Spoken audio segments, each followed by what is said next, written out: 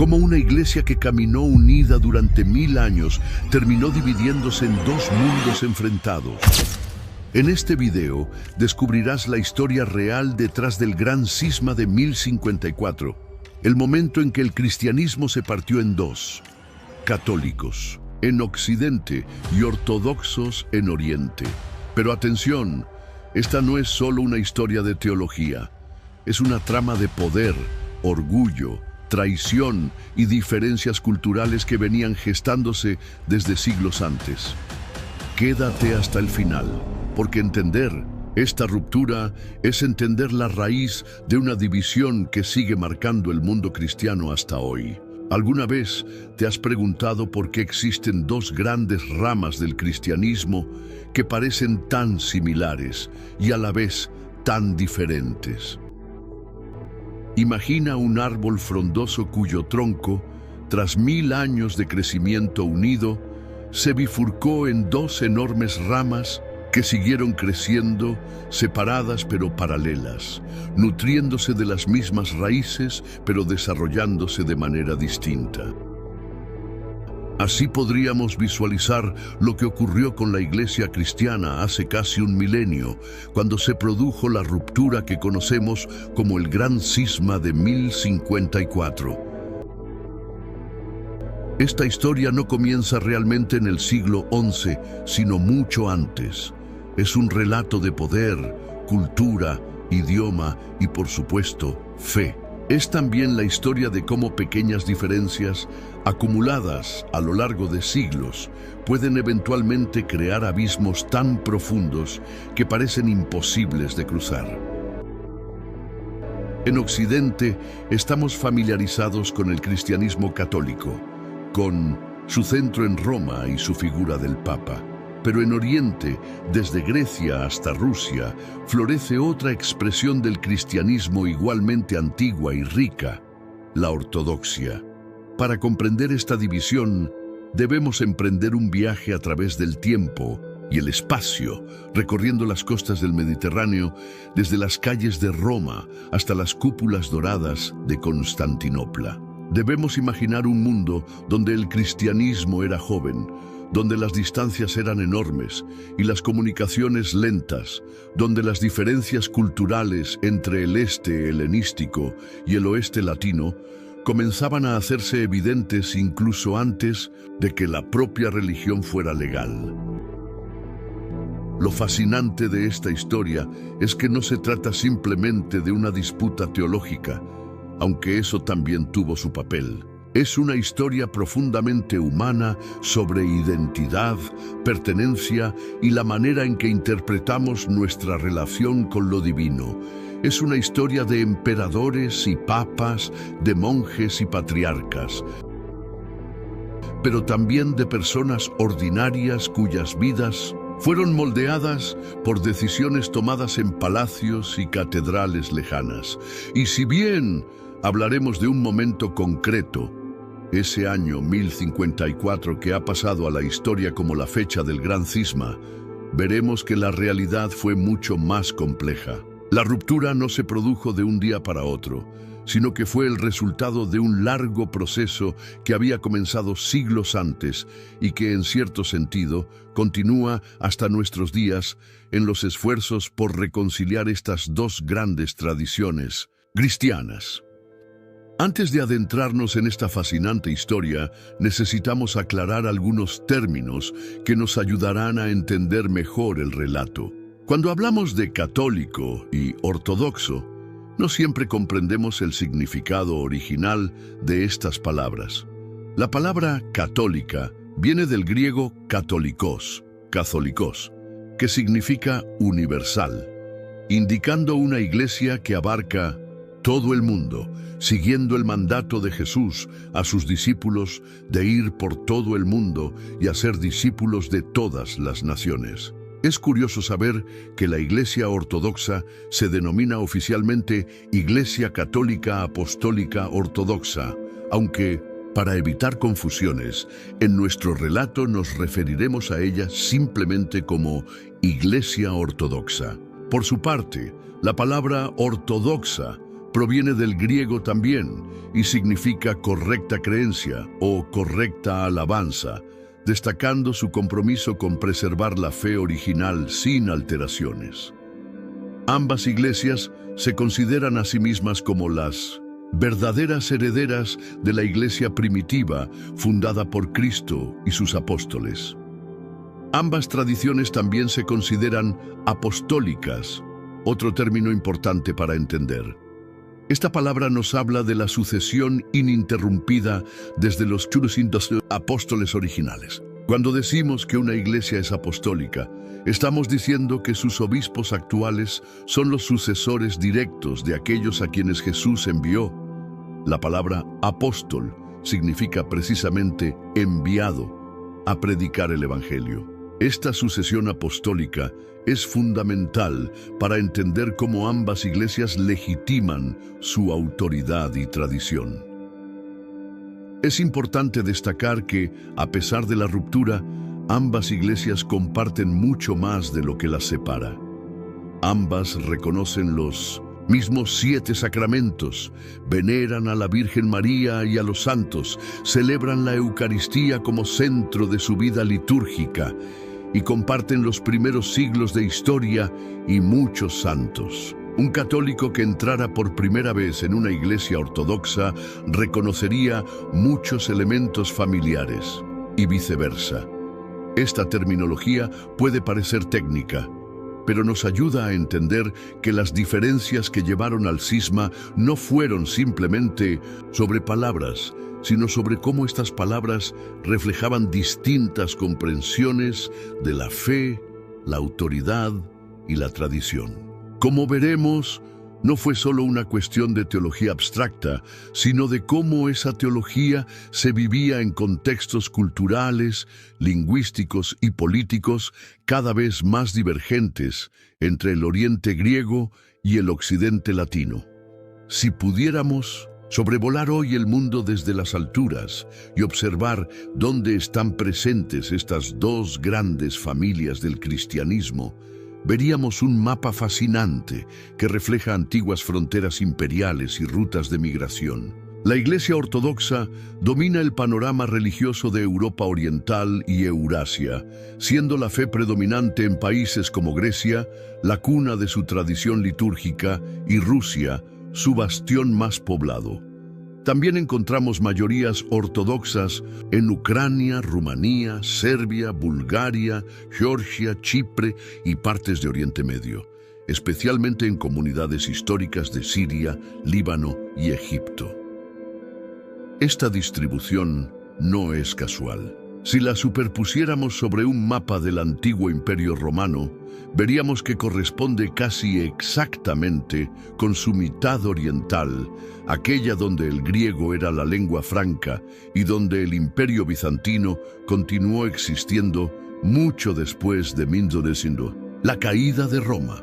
Durante siglos, Constantinopla, actual Estambul, fue el centro de esta cristiandad oriental, irradiando su influencia cultural y religiosa hacia el norte, hasta los pueblos eslavos, y hacia el este por las rutas comerciales que conectaban con Asia. En contraste, la Iglesia Católica tiene su centro en Roma y su presencia es predominante en Europa occidental y meridional.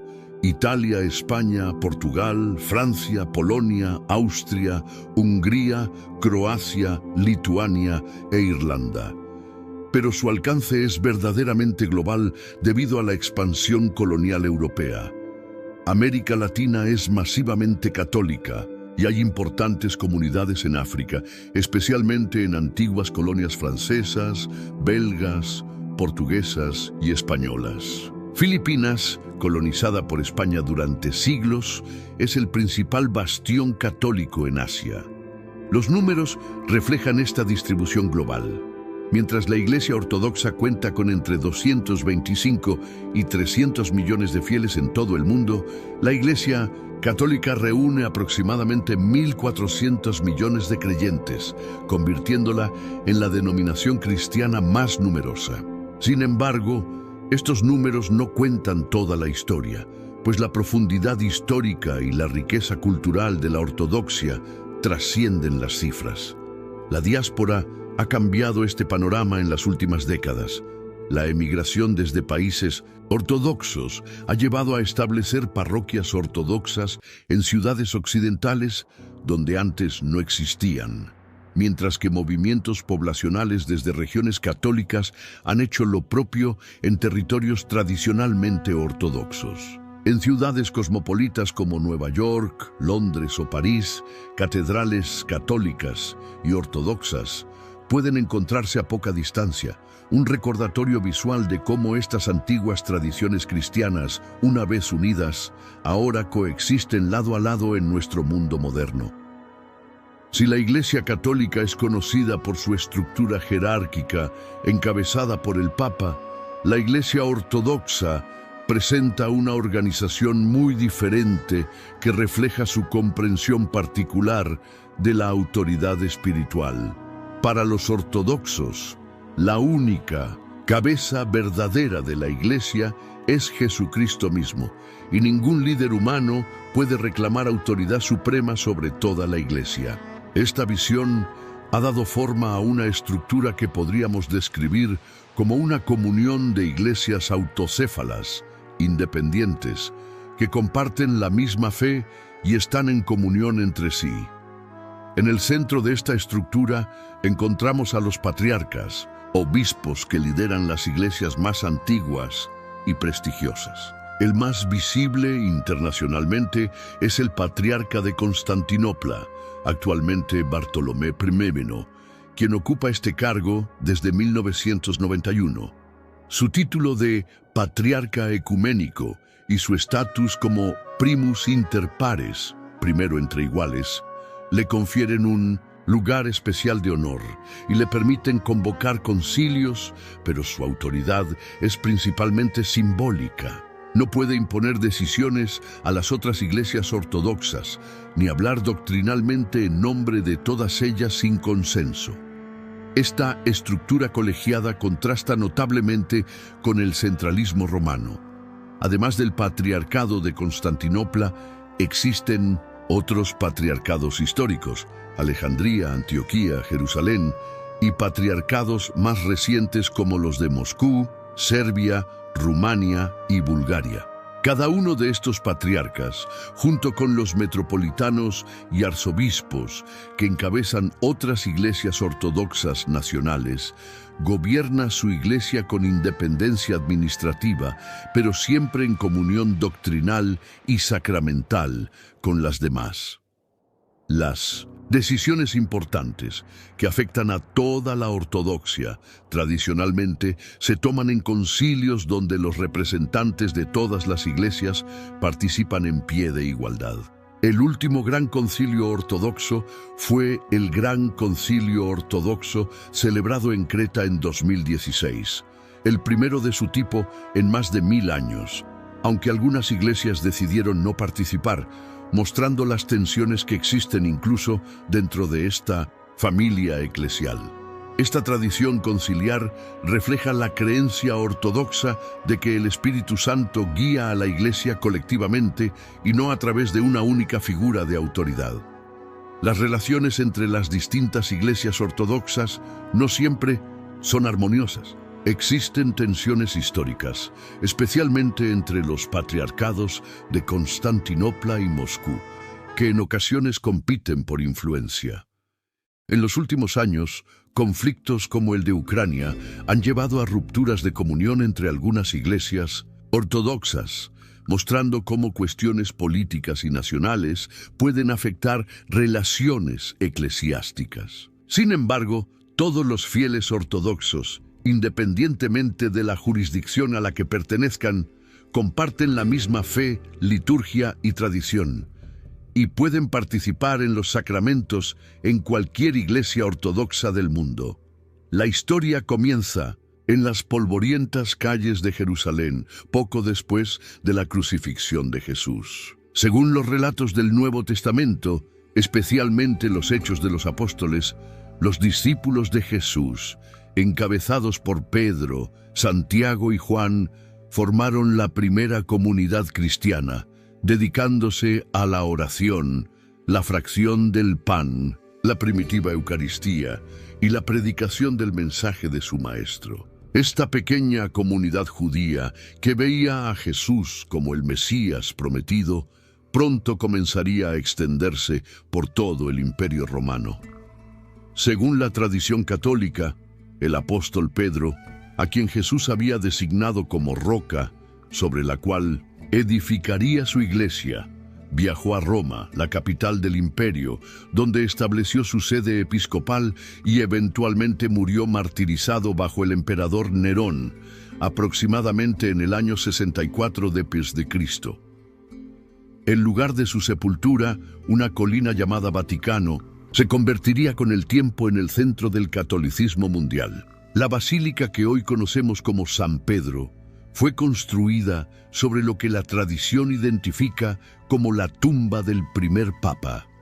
La sucesión apostólica comenzó inmediatamente. Lino de Volterra, mencionado brevemente en la segunda carta a Timoteo, se convirtió en el segundo obispo de Roma tras la muerte de Pedro, gobernando la Iglesia romana entre los años 68 y 79 d.C. Le siguieron Anacleto y Clemente I, formando los primeros eslabones de una cadena ininterrumpida que llega hasta el actual Papa Francisco. Sin embargo, es importante entender que estos primeros obispos de Roma no tenían el poder ni la prominencia que asociamos hoy con el papado. Eran pastores de una comunidad local en una iglesia donde todas las comunidades gozaban de considerable autonomía. Los primeros 3 siglos fueron tiempos difíciles para los cristianos, quienes enfrentaron persecuciones esporádicas, pero a veces brutales, por parte de las autoridades romanas. La sangre de los mártires, como escribió Tertuliano, se convirtió en semilla para la iglesia, que creció a pesar de, o quizás debido a, la adversidad. Durante este periodo, la iglesia desarrolló gradualmente su estructura jerárquica de obispos, presbíteros, sacerdotes y diáconos, y comenzó a formular más claramente sus creencias en respuesta a desafíos internos y externos. Ya en estos primeros siglos, la sede romana comenzó a destacarse entre las demás. Su fundación apostólica por Pedro y Pablo, su ubicación en la capital imperial y la firmeza de su fe durante las persecuciones le otorgaron un prestigio especial. Cuando surgían disputas doctrinales, otras iglesias frecuentemente apelaban a Roma para obtener clarificación o mediación. Un ejemplo temprano lo encontramos en Clemente I, quien envió una carta a la iglesia de Corinto para resolver un conflicto interno, mostrando ya una incipiente autoridad moral. Sin embargo, pasarían siglos antes de que los obispos de Roma reclamaran y ejercieran la jurisdicción universal que caracteriza al papado moderno. La figura del Papa, tal como la conocemos hoy, no surgió completamente formada en los primeros siglos del cristianismo, sino que fue evolucionando gradualmente. Lino de Volterra, el sucesor inmediato de Pedro como obispo de Roma, no poseía el poder ni la autoridad universal que asociamos con el papado moderno. Era simplemente uno entre muchos obispos que guiaban a las primeras comunidades cristianas, aunque su posición como líder de la iglesia en la capital imperial le confería cierto prestigio. En el siglo III, vemos ya señales de que la sede romana estaba ganando mayor reconocimiento. El obispo Esteban I, 254-257, comenzó a intervenir en disputas de otras iglesias locales sobre el rebautismo de herejes, citando su sucesión desde Pedro. Esta intervención provocó resistencia, notablemente del obispo Cipriano de Cartago, quien defendía la igual autoridad de todos los obispos, prefigurando tensiones que eventualmente contribuirían al cisma. Sin embargo, la práctica de apelar a Roma como árbitro final en disputas eclesiásticas se hizo cada vez más común, Un momento crucial en la evolución del papado llegó con el Papa Dámaso I, 366-384, quien comenzó a referirse regularmente a Roma como la sede apostólica por excelencia. Fue bajo su pontificado cuando el emperador Teodosio I promulgó el Edicto de Tesalónica, 380, que estableció el cristianismo como religión oficial del imperio y específicamente reconoció la autoridad de los obispos de Roma y Alejandría. Dámaso también encargó a San Jerónimo la traducción de la Biblia al latín, la Vulgata, fortaleciendo la influencia cultural latina en la teología occidental. El Papa León I, conocido como el Grande, 440-461, marcó otro hito en la expansión de la autoridad papal. Cuando el Concilio de Calcedonia, 451, debatía sobre la naturaleza de Cristo, León envió su famoso Tomo, una carta doctrinal que fue aclamada por los padres conciliares con las palabras: Pedro ha hablado por León.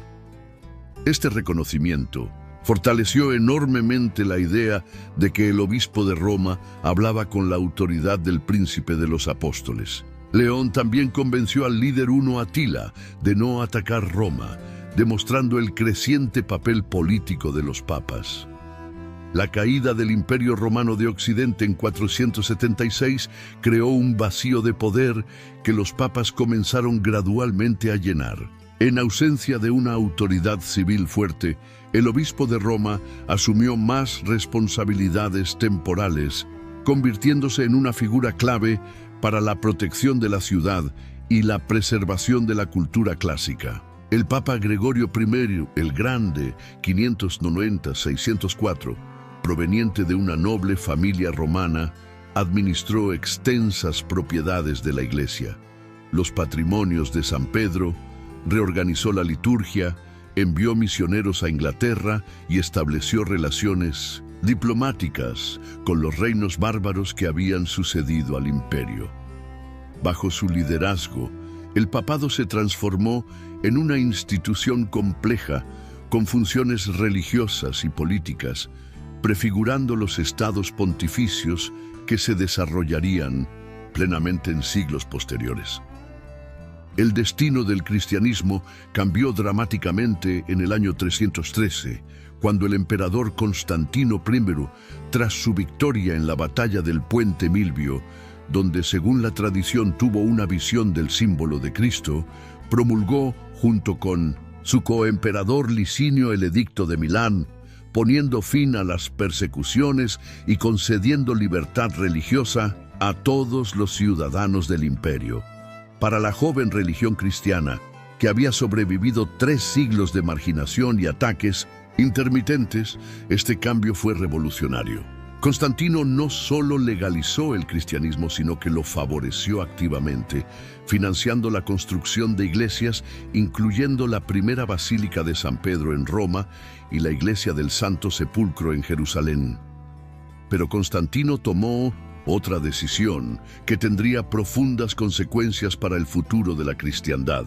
En 330, inauguró una nueva capital imperial en la antigua ciudad griega de Bizancio, rebautizándola como Nueva Roma, aunque pronto sería conocida popularmente como Constantinopla, actual Estambul. Esta decisión reflejaba una realidad geopolítica. El centro económico y cultural del imperio se había desplazado hacia el este, hacia las ricas provincias helenísticas del Mediterráneo oriental. Sin saberlo, Constantino estaba sentando las bases para una división administrativa que eventualmente tendría profundas implicaciones religiosas. El proceso de cristianización del imperio se aceleró bajo el emperador Teodosio I el Grande. El 27 de febrero del año 380, Teodosio, junto con sus coemperadores Graciano y Valentiniano II, promulgó el Edicto de Tesalónica, convirtiendo al cristianismo en la religión oficial del Imperio Romano. El texto del edicto es revelador. Establece que que todos los súbditos imperiales deben profesar la religión que fue transmitida a los romanos por el divino apóstol Pedro, y que es profesada por el Papa Dámaso de Roma y por Pedro de Alejandría. Ya en este documento vemos el reconocimiento imperial de la autoridad romana, pero también la importancia de las sedes orientales. Durante este período crucial, la estructura de la Iglesia comenzó a reflejar la organización administrativa del imperio. Las principales ciudades administrativas se convirtieron en importantes centros eclesiales, y sus obispos, metropolitanos, ganaron autoridad sobre obispos de ciudades menores. Roma mantuvo su preeminencia honorífica como la ciudad de Pedro y Pablo, pero Constantinopla, como Nueva Roma, reclamó el segundo lugar de honor. Los concilios ecuménicos de Nicea, 325, y Constantinopla, 381, convocados para resolver disputas teológicas sobre la naturaleza de Cristo y la Trinidad, mostraron cómo el poder imperial y la autoridad eclesiástica comenzaban a entrelazarse. Este período vio también el florecimiento de la teología cristiana y la vida monástica. Grandes padres de la Iglesia como Basilio de Cesarea, Gregorio Nacianceno y Juan Crisóstomo en Oriente, y Ambrosio, Jerónimo y Agustín en Occidente, desarrollaron y profundizaron la comprensión cristiana de la fe. Mientras tanto, el monaquismo, iniciado en los desiertos de Egipto por figuras como Antonio y Pacomio, se extendió por todo el imperio, creando comunidades dedicadas a la oración, el estudio y la caridad. Estas comunidades monásticas serían cruciales para la preservación y transmisión de la cultura, especialmente en Occidente tras la caída de Roma. El gran imperio romano, que durante siglos había dominado el mundo mediterráneo como una entidad unificada, experimentó en el siglo IV una transformación profunda que prefiguraría la futura división de la cristiandad. Aunque Constantino había reunificado temporalmente el imperio tras un periodo de divisiones, a su muerte en 337, sus tres hijos dividieron nuevamente los territorios. Esta práctica de gobierno compartido se hizo cada vez más común debido a la vasta extensión del imperio y a las constantes presiones en sus fronteras. La división decisiva llegó tras la muerte del emperador Teodosio I en 395.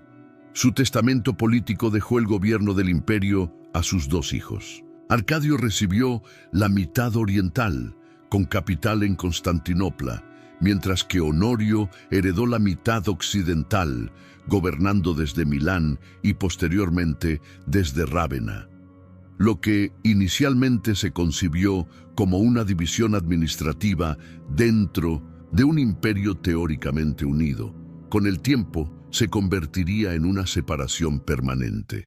Las dos mitades comenzaron a seguir trayectorias históricas divergentes, reflejando realidades económicas, culturales y lingüísticas distintas. El destino de ambas mitades no podría haber sido más diferente. El Imperio Romano de Occidente enfrentó crecientes dificultades económicas y militares.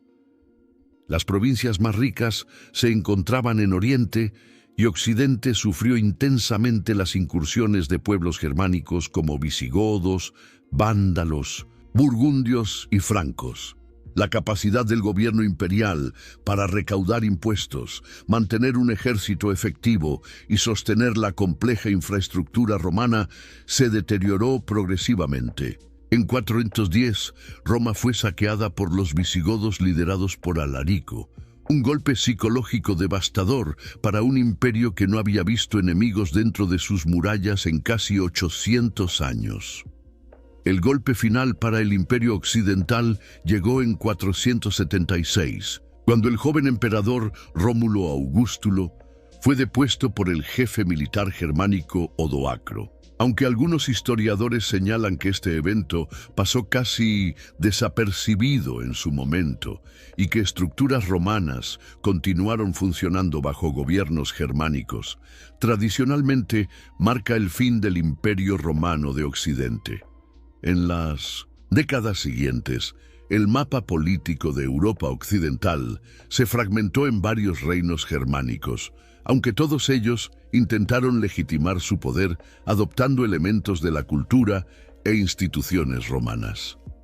Mientras tanto, el Imperio Romano de Oriente, que los historiadores modernos han denominado Imperio Bizantino, no solo sobrevivió, sino que prosperó. Protegida por las formidables murallas de Constantinopla, más rica, más urbanizada y enfrentando inicialmente menos presión externa, la mitad oriental continuó funcionando como un estado romano durante casi 1000 años más, hasta la caída de Constantinopla ante los otomanos en 1453.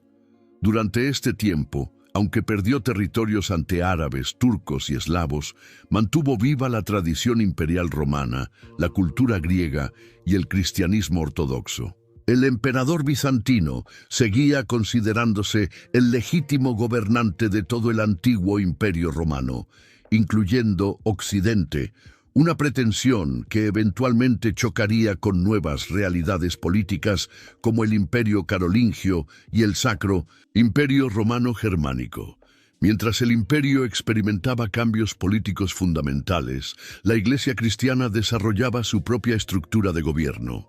En el siglo VI, bajo el emperador Justiniano I, 527-565, quien soñaba con restaurar la antigua gloria romana y brevemente reconquistó partes de Italia, el norte de África y el sur de España, se formalizó un modelo de organización eclesiástica conocido como pentarquía, gobierno de 5. Este sistema reconocía 5 principales sedes episcopales: Roma, Constantinopla, Alejandría, Antioquía y Jerusalén, cuyos obispos recibían el título de patriarcas y tenían autoridad sobre extensas regiones.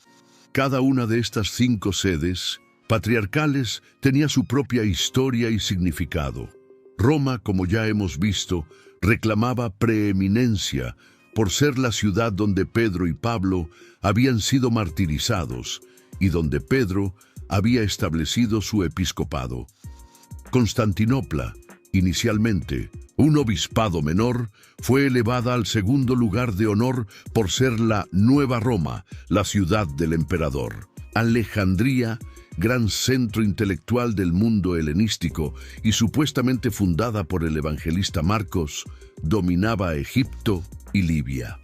Antioquía, una de las ciudades más importantes del imperio y donde, según los Hechos de los Apóstoles, los seguidores de Jesús fueron llamados cristianos por primera vez, vigilaba Siria y Asia Menor.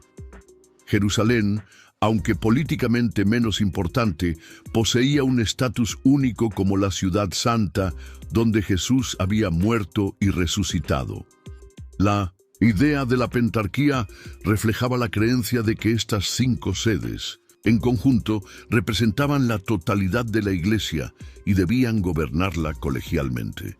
En cuestiones de fe, la unanimidad de los 5 patriarcas garantizaba la ortodoxia. Sin embargo, ya existían tensiones sobre la exacta naturaleza de la relación entre estos patriarcados. Roma insistía en que su primacía no era meramente honorífica, sino jurisdiccional, mientras que los patriarcados orientales tendían a ver a los 5 como fundamentalmente iguales, con Roma ocupando una posición de honor pero no de autoridad. Vinculante, el sistema de la pentarquía se vio profundamente afectado por las conquistas islámicas del siglo VII.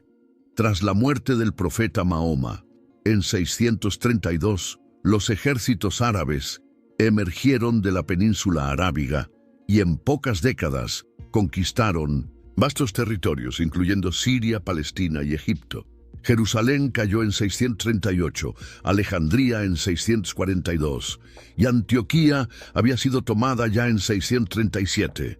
De un solo golpe, 3 de los 5 patriarcados históricos quedaron bajo dominio musulmán. Aunque los califas generalmente permitieron a las comunidades cristianas continuar practicando su fe como dhimis, comunidades protegidas, a cambio de un impuesto especial, estos patriarcados perdieron gran parte de su poder, riqueza e influencia, quedando aislados del mundo cristiano y con comunidades en declive.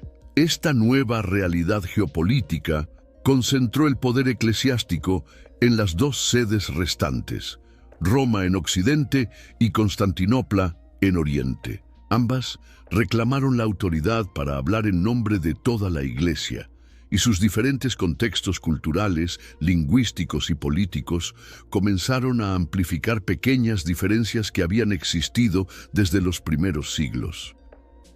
Imagina a un imperio romano cristiano donde la Iglesia funcionaba como un cuerpo unido, pero con diferentes realidades culturales y lingüísticas. En Occidente, el latín era la lengua dominante, mientras que en Oriente prevalecía el griego. Esta diferencia lingüística no era trivial, pues significaba que muchos textos teológicos importantes eran interpretados de formas sutilmente distintas según la región. Con el paso de los siglos, estas diferencias culturales se fueron acentuando. La caída del Imperio Romano de Occidente en el año 476 dejó a Roma sin el apoyo imperial directo, mientras que Constantinopla seguía siendo la gloriosa capital de un imperio bizantino floreciente. Esta divergencia en las circunstancias políticas moldeó la manera en que ambas iglesias se relacionaban con el poder temporal. En Roma, el Papa comenzó a asumir funciones de liderazgo civil ante la ausencia de autoridad imperial, mientras que en Oriente los patriarcas trabajaban mano a mano con los emperadores bizantinos. Las invasiones bárbaras en Occidente y las amenazas musulmanas en Oriente crearon realidades geopolíticas diferentes que fomentaron el distanciamiento. Roma se vio obligada a buscar alianzas con nuevos poderes como los francos, mientras que Constantinopla luchaba por mantener su territorio frente al avance del Islam. Además, las comunicaciones entre ambas partes se volvieron cada vez más difíciles, no solo por las distancias físicas, sino también por las barreras culturales y lingüísticas que se profundizaban. Un factor adicional fue la creciente ambición de la sede romana por establecer su primacía sobre toda la Iglesia. Mientras que los patriarcas orientales mantenían una visión más colegiada del gobierno eclesiástico basado en la pentarquía, Roma comenzó a desarrollar teorías sobre la supremacía del sucesor de Pedro. Estas pretensiones de autoridad universal fueron recibidas con escepticismo en Oriente, donde se consideraba que todos los patriarcas eran igualmente sucesores de los apóstoles. Con el tiempo, estas diferencias se manifestaron en prácticas litúrgicas divergentes, costumbres eclesiásticas distintas y eventualmente en disputas teológicas. La Iglesia, que había caminado unida durante siglos, ahora avanzaba por senderos cada vez más separados, como 2 hermanos que, viviendo en casas distintas, comienzan a desarrollar hábitos y visiones del mundo diferentes. A mediados del siglo Egeo, Roma se encontraba en una situación precaria. Los lombardos, un pueblo germánico, amenazaban con conquistar la ciudad, mientras que el Imperio bizantino, teóricamente el protector de Roma, se encontraba demasiado ocupado con sus propios problemas como para enviar ayuda efectiva. En este contexto crítico, el papado dio un paso revolucionario que transformaría para siempre su naturaleza. El Papa Esteban II, 752-757, tomó una decisión que alteraría el curso de la historia. Cruzó los Alpes para solicitar ayuda a Pipino el Breve, rey de los francos. Este viaje no solo buscaba protección militar, sino que también marcó el inicio de una nueva era política para el papado. En un acto solemne, el Papa ungió personalmente a Pipino como rey de los francos, legitimando así su dinastía y estableciendo un precedente para la intervención papal en asuntos políticos. Como agradecimiento por la legitimación papal, Pipino derrotó a los lombardos y en el año 756 realizó la famosa donación de Pipino, mediante la cual entregó al Papa los territorios conquistados en el centro de Italia. Así nacieron los estados pontificios, convirtiendo al Papa no solo en líder espiritual, sino también en gobernante temporal de un estado propio. Esta transformación del papado en una potencia territorial fue vista con desconfianza desde Constantinopla, donde se consideraba que el Papa estaba usurpando tierras que legítimamente pertenecían al Imperio Bizantino. La alianza franco-papal se fortaleció aún más con el sucesor de Pipino, Carlomagno, quien expandió enormemente el reino franco y se presentó como defensor del cristianismo en Occidente. El papado encontró en los francos a los protectores que Bizancio ya no podía ser, pero este nuevo matrimonio político tuvo consecuencias profundas para las relaciones con Oriente. Desde la perspectiva bizantina, el Papa estaba actuando de manera independiente y desafiante, olvidando que formalmente seguía siendo un súbdito del emperador.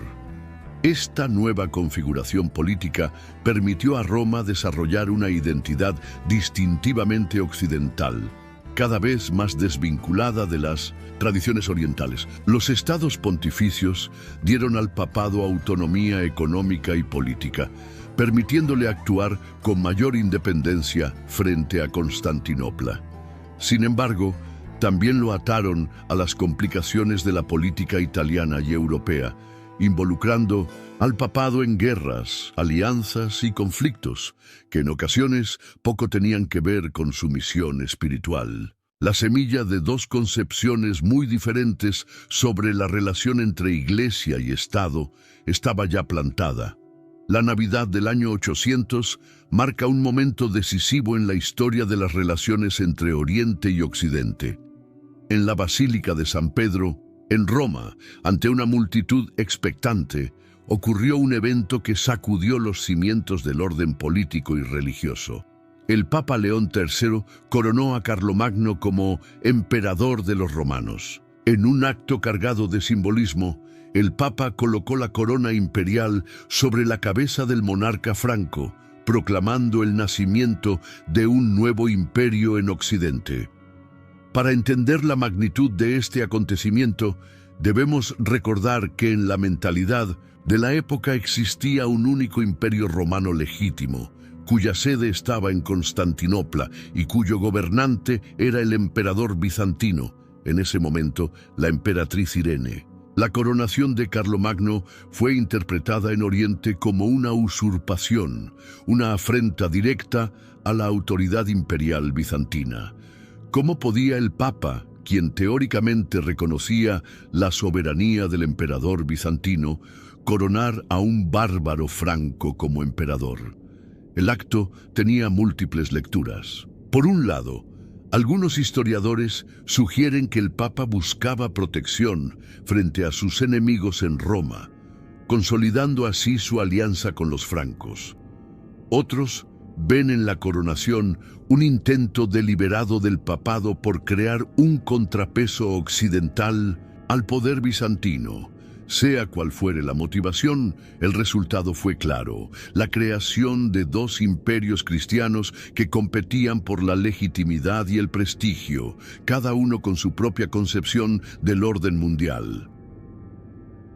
La reacción de Constantinopla fue de indignación. Las crónicas bizantinas se refieren a Carlomagno como un usurpador y niegan cualquier legitimidad a su título imperial. Para los bizantinos existía un solo imperio cristiano universal, continuación directa del antiguo imperio romano, y su centro estaba en Constantinopla, no en Occidente. Este desafío al orden establecido profundizó la brecha entre ambas partes de la cristiandad. La coronación de Carlomagno también representó un cambio fundamental en la relación entre el poder espiritual y el temporal. Al coronar al emperador, León III estableció el precedente de que el poder imperial en Occidente derivaba, al menos en parte, de la autoridad papal. Esto contrastaba fuertemente con la tradición bizantina, donde el emperador tenía un papel cuasi sacerdotal y ejercía considerable influencia en asuntos eclesiásticos. Dos modelos diferentes de relación iglesia-estado comenzaban a cristalizarse, añadiendo otra dimensión al distanciamiento entre Oriente y Occidente. En el año 726, el emperador bizantino León III promulgó un edicto que sacudió los cimientos de la piedad cristiana oriental: la prohibición de las imágenes religiosas en todos los territorios del imperio. Este movimiento, conocido como iconoclasia, literalmente destrucción de imágenes, desató una tormenta teológica y política que duraría más de un siglo y profundizaría dramáticamente la división entre Oriente y Occidente. ¿Qué motivó esta radical decisión? Las raíces del movimiento iconoclasta eran complejas. Por un lado, existía una interpretación literal del mandamiento bíblico contra la idolatría y la creación de imágenes, Éxodo 24:5. Por otro, algunos historiadores señalan la influencia del Islam, que prohibía la representación de figuras humanas en contextos religiosos y con el cual Bizancio estaba en constante conflicto. También se ha sugerido que León III buscaba centralizar el poder imperial, reduciendo la influencia de los monasterios, que eran grandes defensores y productores de iconos. La respuesta en Occidente, especialmente de parte del papado, fue de firme oposición. El Papa Gregorio II condenó enérgicamente la iconoclasia, argumentando que los iconos no eran objetos de adoración, sino ventanas hacia lo divino, ayudas para la devoción que conectaban al fiel con los santos representados. Esta diferencia de posturas no era meramente teológica, sino que representaba visiones distintas sobre la autoridad. ¿Tenía el emperador bizantino el derecho de decidir sobre cuestiones de fe? ¿O estaba usurpando una prerrogativa exclusivamente eclesiástica? La controversia alcanzó niveles de violencia inusitados. Monjes y defensores de los iconos fueron perseguidos, torturados y algunos incluso ejecutados. Miles de obras de arte sagrado de inestimable valor fueron destruidas en un frenesí que hoy nos parece incomprensible. Los monasterios, bastiones de la defensa de las imágenes, sufrieron confiscaciones y represalias. Mientras tanto, en Roma, el Papa acogía a monjes refugiados del Oriente, profundizando así el distanciamiento con Constantinopla. En el año 787, durante el reinado de la emperatriz Irene, el Segundo Concilio de Nicea finalmente restableció el culto a las imágenes, declarando que la veneración de iconos era teológicamente correcta, distinguiéndola cuidadosamente de la adoración que solo pertenece a Dios. Sin embargo, la paz no duraría mucho, pues una segunda ola iconoclasta sacudiría el imperio entre 814 y 842. No sería hasta el año 843, con la celebración del Domingo de la Ortodoxia, cuando la veneración de imágenes quedaría definitivamente restaurada en el Oriente cristiano. Para entonces, el daño en las relaciones entre Roma y Constantinopla ya estaba hecho, y una nueva grieta se había abierto en la unidad de la Iglesia. A medida que avanzaba el primer milenio cristiano, las iglesias de Oriente y Occidente no solo se distanciaban por razones políticas y culturales, sino que también desarrollaban comprensiones teológicas cada vez más divergentes. Entre estas diferencias, La controversia del filioque ocupa un lugar central, siendo quizás la disputa teológica más significativa que contribuyó al cisma. El término filioque, que en latín significa «y del Hijo», se refiere a una adición realizada al credo niceno-constantinopolitano en Occidente. Mientras que la versión original afirmaba que el Espíritu Santo procede del Padre, la versión occidental modificada declaraba que procedía del Padre y del Hijo. Esta aparentemente pequeña adición tenía implicaciones teológicas profundas sobre la comprensión de la Trinidad. Para los orientales, esta modificación unilateral era inaceptable por dos razones. Primero, alteraba un credo establecido por concilios ecuménicos sin consultar a toda la Iglesia. Segundo, parecía comprometer la monarquía del Padre como única, fuente de la divinidad.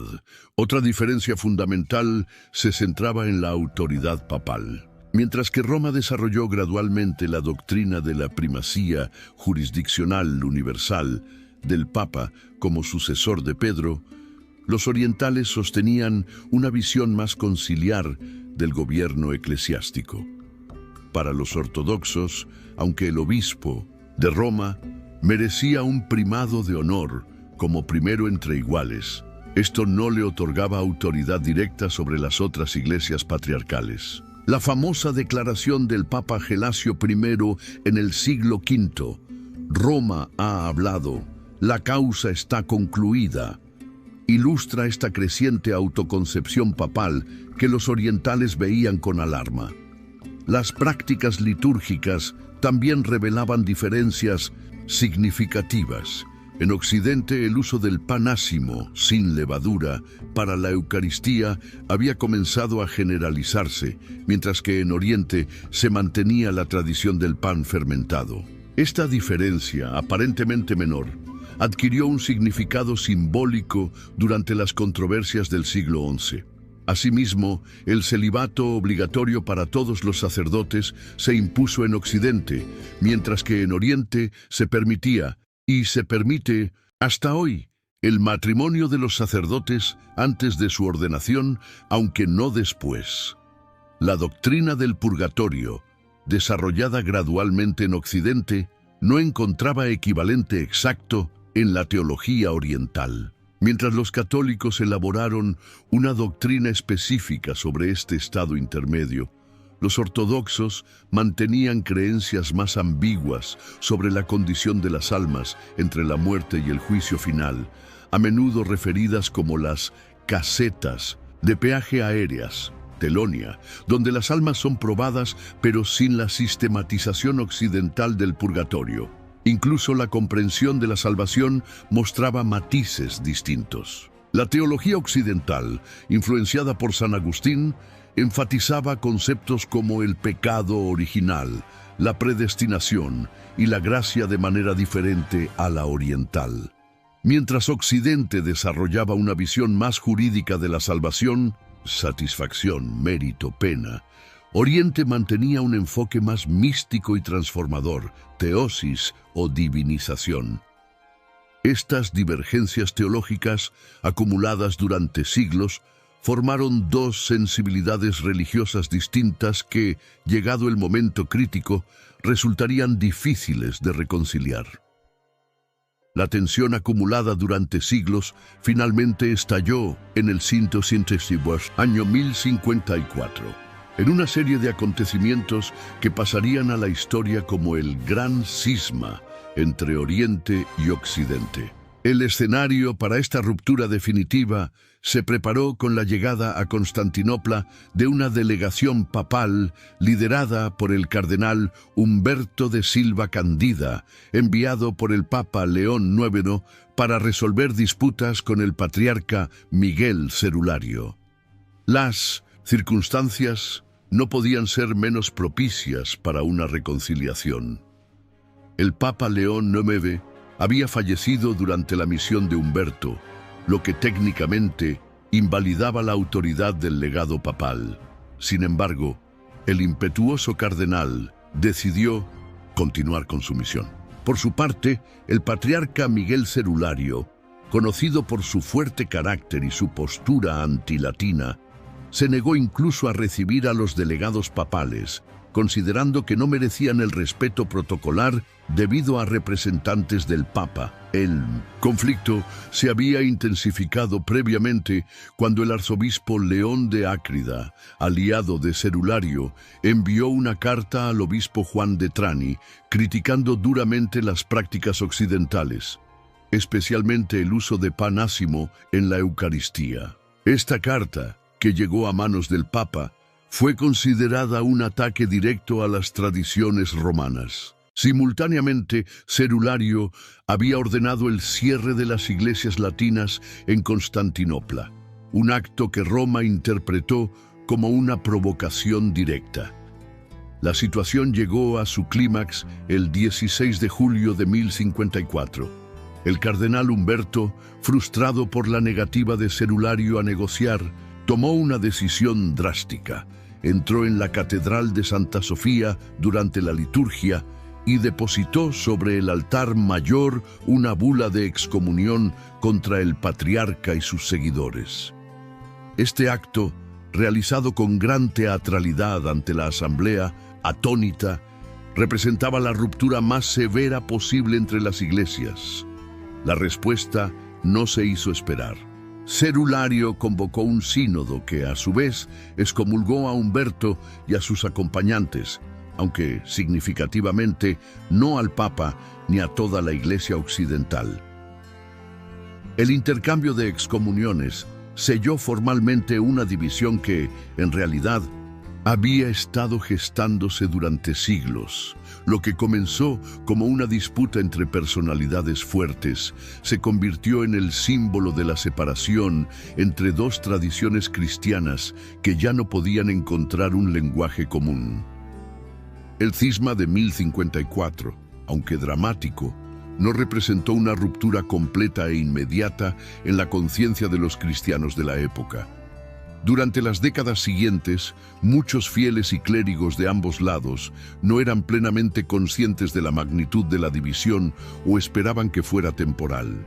Las comunicaciones lentas de la época medieval significaban que la noticia del cisma tardó en difundirse, y en muchos lugares apartados, católicos y ortodoxos continuaron interactuando sin percibir cambios significativos. Sin embargo, varios acontecimientos posteriores profundizaron la división y la hicieron irreversible. En 1182, un episodio particularmente oscuro ocurrió en Constantinopla: la masacre de los latinos.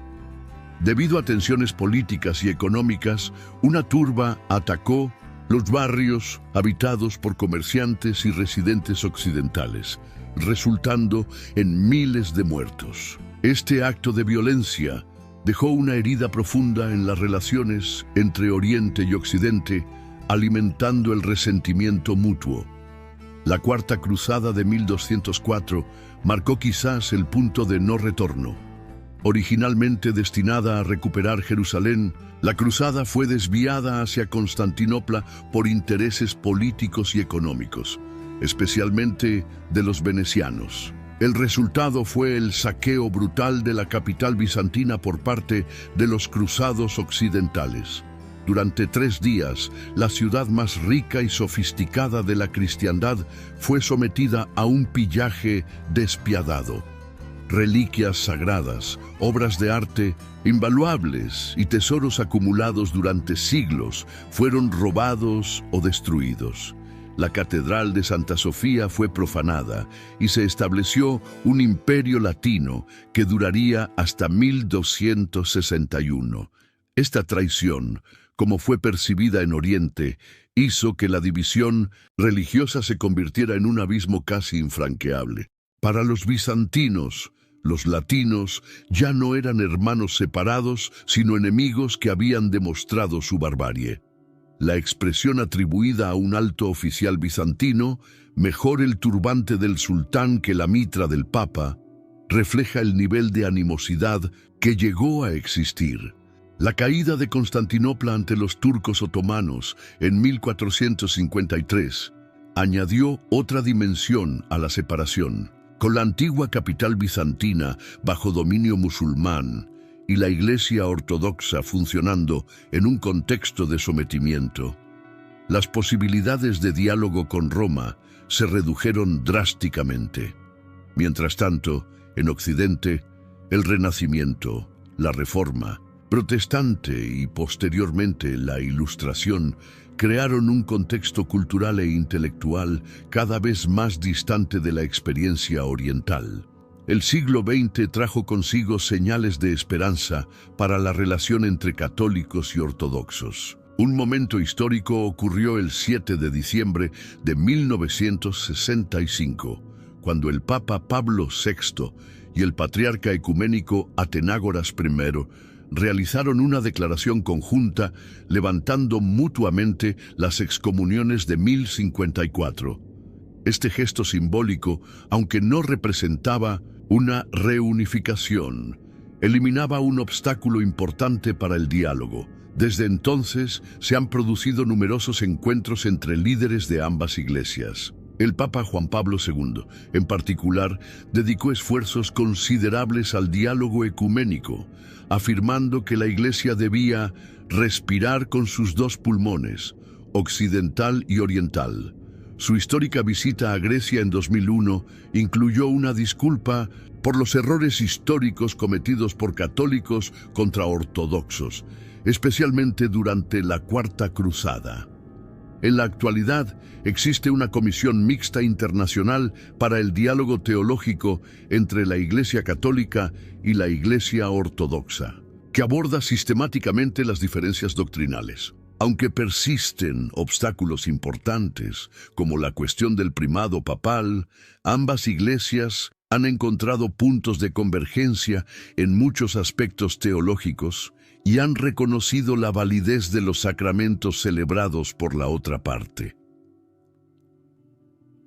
El camino hacia la unidad completa sigue siendo largo y complejo.